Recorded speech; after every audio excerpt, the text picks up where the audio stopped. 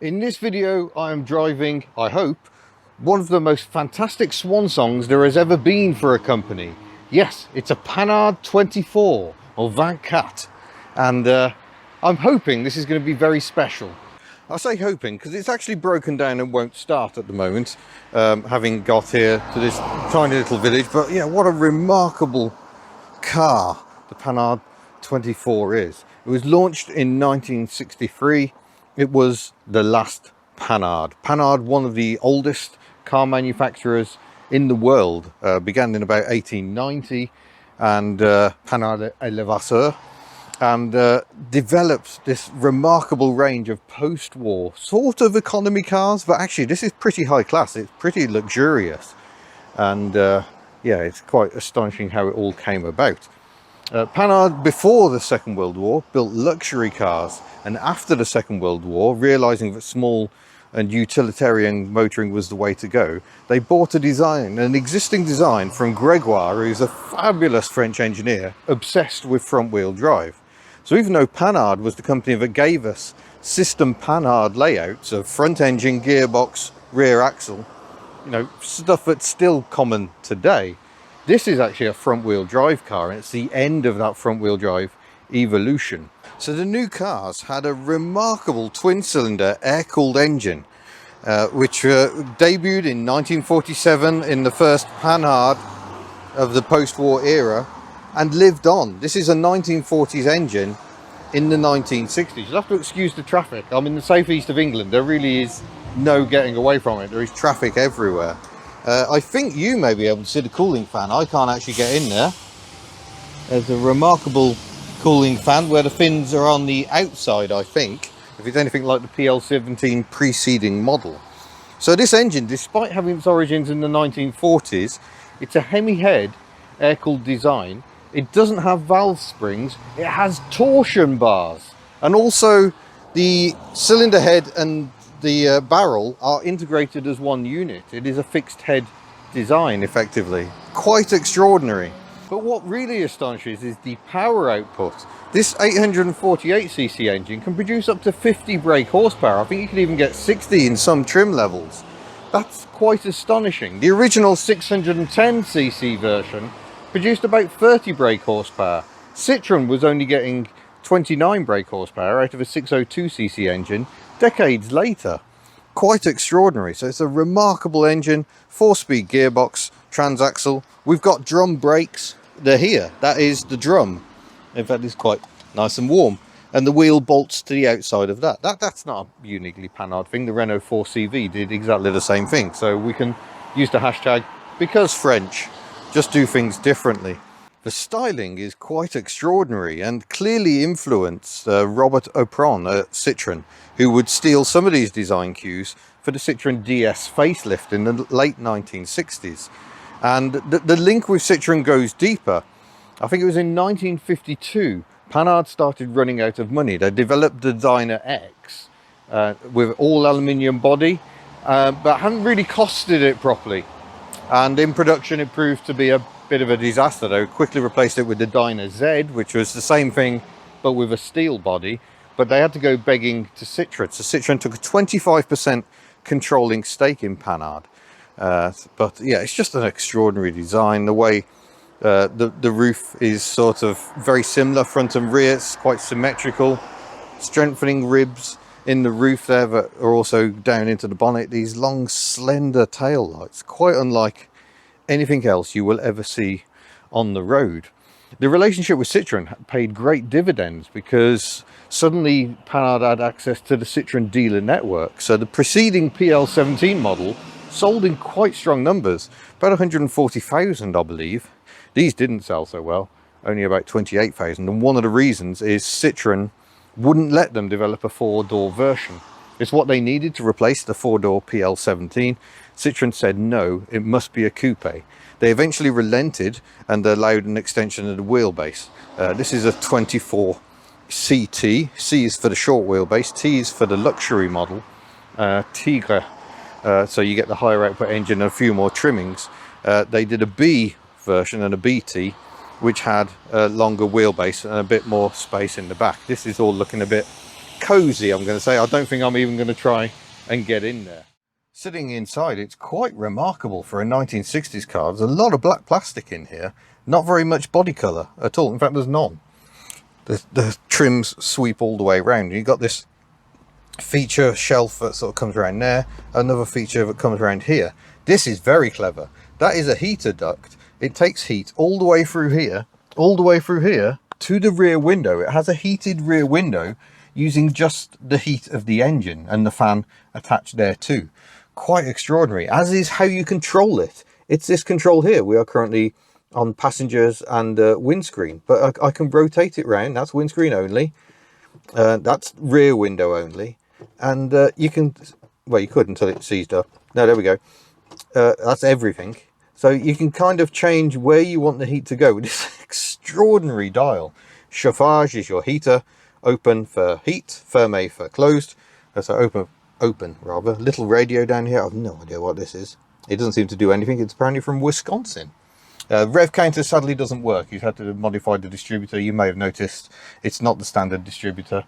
Getting parts for these cars quite tricky, I think. We've got little fresh air vents here. That's a switch for the wipers. I have no idea what that one does. I have no idea what that one does. I think that one, no, that one. Haha, interior light. Don't be blinded by it.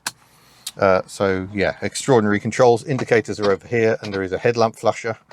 One of the directions, and then we've got a headlamp stalk over here as well, which we turn that way for veal and that way for route, just like a 2CV, so you can flick between side lights or headlights. And then you've got this extraordinary steering wheel, which is really thrust at you. It's completely upright, feels a bit strange as you're driving along. Umbrella handle handbrake tucked away under here, somewhere to rest my clutch foot. It's called the wheel arch. And 4-speed gearbox controlled by this not particularly accurate little gate. Perhaps the Panhard engineers who did the one in the Citroen GSA as well, because that is also not ideal. But you know, little door pocket over there, that's quite nice. The door handle, if you ever get trapped in a Panhard, is tucked away under here. There it is. I can't even see it. I have to feel for it. That's how you open the door, and a little pocket there as well. Winding windows, you know, all mod cons, but generally quite a high standard in here. And it's even got seats. You can adjust them for height. But yeah, it's just an extraordinary car. The speedo is not particularly accurate, so he's got one of these little sat-nav boxes. But really, it's all about the wipers. But I want to see if I can get the engine to start so we can actually do a road test. I managed to get it running.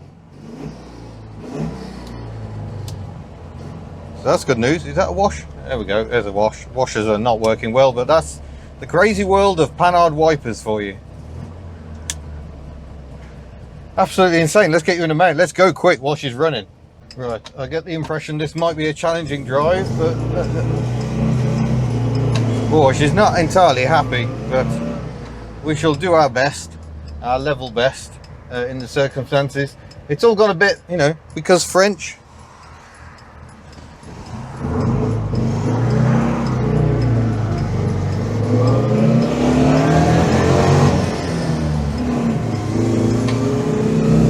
So kind of a familiar soundtrack, but also not. It's got a harsher tone to it than the 2CV engine, perhaps because it is working that much harder. The specific output is so impressive. So the gestation of the car, Panhard really wanted that 4-door saloon, but Citroen just said no. They had their controlling stake. They were quite happy to sell Panhards, but only alongside their existing products if there was no competition. The problem for Panhard is Citroen were working on what would become the GS. It was still quite a long way from becoming that production reality, but nonetheless it was effectively an in-house rival. And Citroen boss Pierre Bercot said no, monsieur. So Panhard were forced to go for a coupe. They knew they really needed more power, but that wasn't forthcoming either. Citroen insisted that Panhard use just a 2-cylinder engine. But what an engine! It isn't the right soundtrack for what seems like a very smart, very plush coupe, albeit a tiny one. But it is such a good engine. extraordinary feat of engineering that frankly makes the Citroen efforts of flat twins look a little boring and mundane. And you think, a Volkswagen Beetle, when this car was built, 1200cc, 34 brake horsepower. This has a much smaller engine, working much harder, yet also delivering superb fuel economy, 40-50 to the gallon, because it's so beautifully aerodynamic. The big advantage of that flat twin, you can have a really low bonnet line. But Panhard didn't, like I say, they didn't want a 2-cylinder, they wanted a 4-cylinder. They were working on like a cross layout 4-cylinder engine, so the rear cylinders would get fresh air. So kind of a bit like a radial aeroplane engine, just bonkers. And that sums up Panhard. They weren't interested in profit, they were interested in making the best cars. In some ways, truly the Lancia of France, which I always thought was Citroen, but no, Panhard was even crazier. In terms of suspension, we got transverse leaf springs at the front for what counts as independent suspension. So each hub is on its own end of those double springs. The back is triple torsion bars and a semi-trailing arm. Quite peculiar, but it gives a very soft ride without very much body roll. In fact, it is said that it's quite easy to lift an inside rear tyre on one of these. We won't be trying it today. This isn't my car, and the conditions are far from ideal, I'm going to say. But just feel how well it cruises. 50 miles an hour, no bother at all. But sadly, despite doing a longer wheelbase version, it just wasn't enough. People didn't want to pay a premium for this buzzy little coupe. Full dual carriage, I can really open her up now. It's a roller bearing crankshaft as well. That's extraordinary.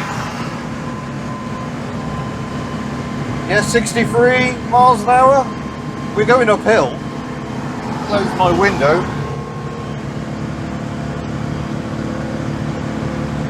67.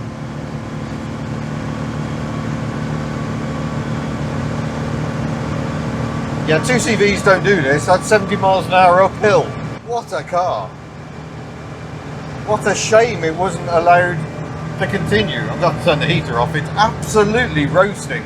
I am told the heated rear window works best at motorway speeds. I'm taking it easy on the handling because it's wet, but I think we got Michelin tyres, so she should stick well enough. Yeah, there we go. Very strange behaviour actually, because it feels like the back end's stiffer than the front.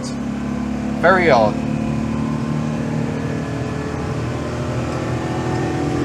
You have to use all the revs. It's the law.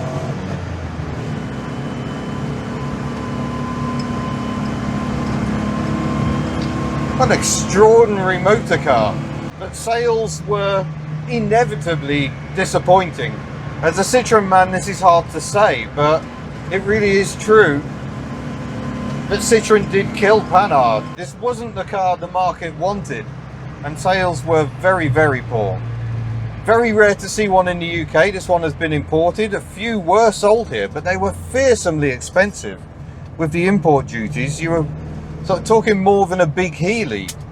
So who would choose a tiny little flat twin over a big Healy? This guy would, but I wasn't around in the 1960s. Yeah, the gear change is woeful. It's just, yeah, it's like stirring a knitting needle in a box of spark plugs. There's gears there somewhere, you're just not entirely sure where. But you know, reasonably tractable actually.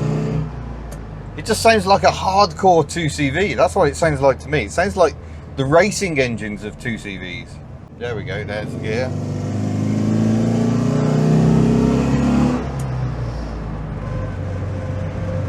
So in 1967, sadly it was all over for Panhard. Citroen took over completely, and the design and engineering teams were absorbed into Citroen, where they came up with cars such as the Citroen Diane, and I suspect more than a few of them had their hand in the GS as well, and possibly the CX. So those skills were not lost. It was only the end for Panhard cars. The trucks carried on, military trucks, another Panhard speciality, and I believe that company still exists in some form today. But yeah, what a swan song. Oh, I'm absolutely roasting. I can't make my fresh air vent provide any fresh air, sadly, so it's rather warm on these hot vinyl seats. The brakes aren't brilliant, I have to say. They're drums, and I think it was only a year or two after these cars came out. I think this is a 64. I think in 65 they fitted front discs to combat some of the criticism. They're only just good enough, really. Oh, got some controls under there. S and B. I presume one of those is choke. I wonder what B is. We may never know. I'll put it up in the comments if I find out. I could do with washing my windscreen, but the washers are quite rubbish, unfortunately. Oh, that's a lovely noise.